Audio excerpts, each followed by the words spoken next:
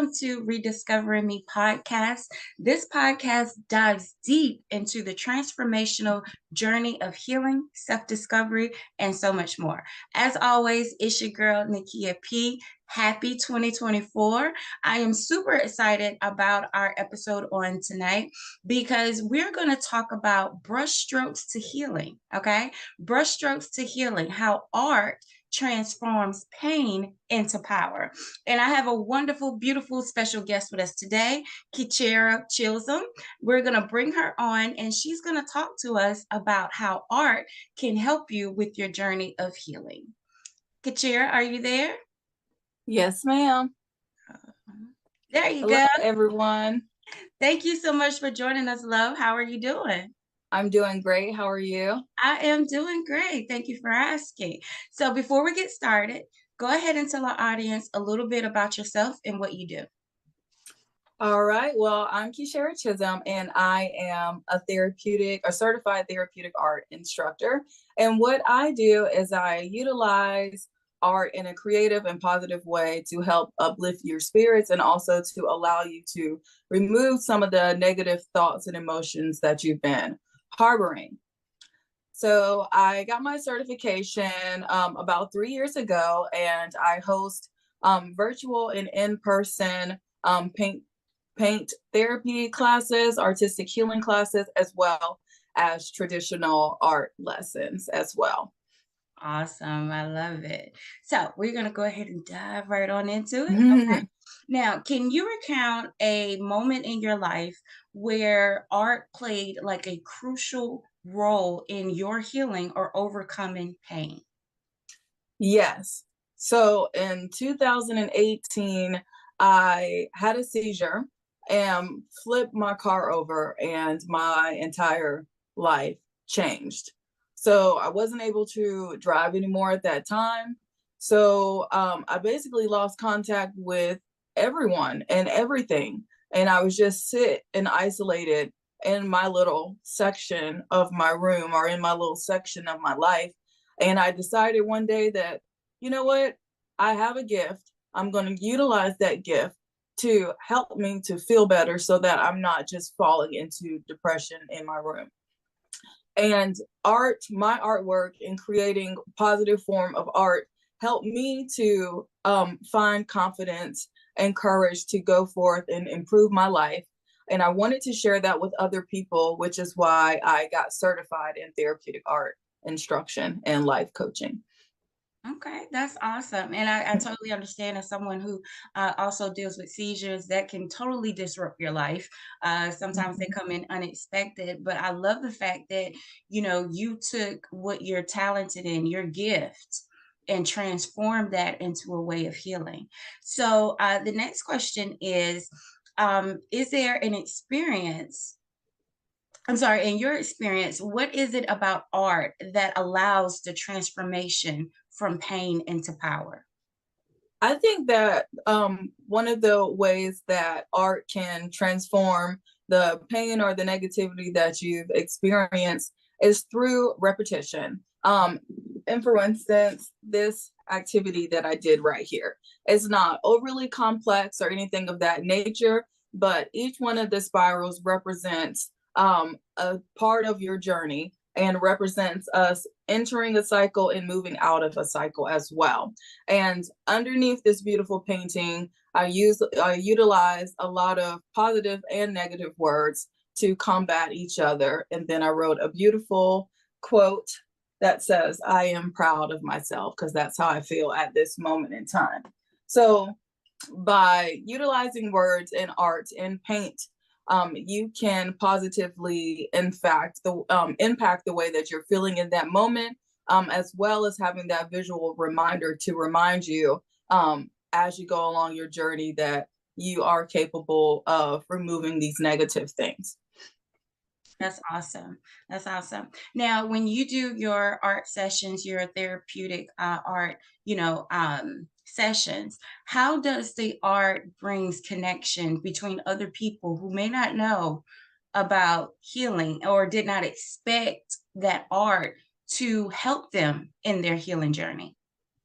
I actually like to incorporate each person into the aspect of the art, so that if we're doing a group activity, everybody is participating and sharing a little bit of piece of themselves. And it's interesting because that allows people the opportunity to relate and to motivate each other on how we can move past that emotion, or how we can draw in the positive emotions out of similar experiences. Absolutely. Now, let's say someone never did used art for therapy, right? What would you say they start? What are your suggestions on how they start using art as a means of therapy? You can literally just start by sectioning off your painting, if it's just lines, squares, circles, however, and focus on writing a positive word in each one of those, and then coloring it in and tying that into your emotional bond that you have towards the words that you are utilizing. So art doesn't have to be overly complex. It's more about accepting and releasing certain emotions. So once you get the emotions down, then you can literally have a free for all in regards to how you want to finish your piece, is which is what makes it therapeutic. Because instead of trying to just make one particular thing, each and every person will have a unique creation for their own self that personally relates or resonates for them. Okay, awesome. Now, I know you said that in 2018, that situation happened, and that kind of inspired you to get certified. But before that, how long have you been doing art? I've been doing art for literally as long as I can remember. I can't even tell you when I began.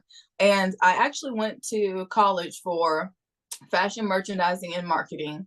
I went to the Art Institute of Charlotte. However, I did not complete that course. However, I did attend there. So art has always been a huge aspect of my life. And interesting enough, before I had that seizure, I had kind of gotten away from my art. It was it was a good period where I wasn't creating any art on my own. I was working as a excuse me, as a I was working as the resident artist Okay. of a local art studio, but I wasn't creating anything that was personal for me. And being in that situation brought me back to the joy that I felt just when I made something for myself. That's awesome, and I like that. Now, what advice would you give someone to like an aspiring artist who has never used therapeutic art before? For an aspiring artist who have never delved into that area, what I would recommend is creating your signature style, or creating your signature type of artwork, and then incorporating positive affirmations or quotes or images, whatever it is that makes you think of something positive. So if it isn't a word, if it's a heart or anything like that that helps to represent something positive for you, you can utilize that to incorporate it in your art, instead of feeling like you have to follow a certain order of things. You can kind of just allow it to be creatively you. That's what makes it therapeutic, is because you're just doing your own thing, you're going with your own flow, and you're letting those positive ideas meditate in your mind while you're creating a piece specifically for that purpose. That's awesome. Now, my gifts are in another area. So I've never really, dove into art and things of that nature. And I think that, looking at what you have behind you and how you're doing it using positive words, keeping that positivity up. And I definitely think that that's something that needs to be incorporated in this year. As far as me trying to get into some new things. So I love that. All of the drawings that you have behind you and everything that you're doing. Now, do you have any upcoming sessions, or would you like to share with our audience what you do provide?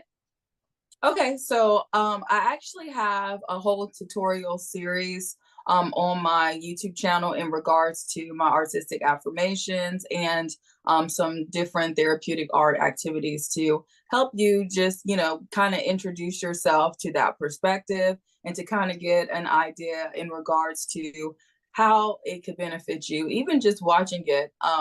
In regards to seeing someone else work through those emotions can be beneficial as well.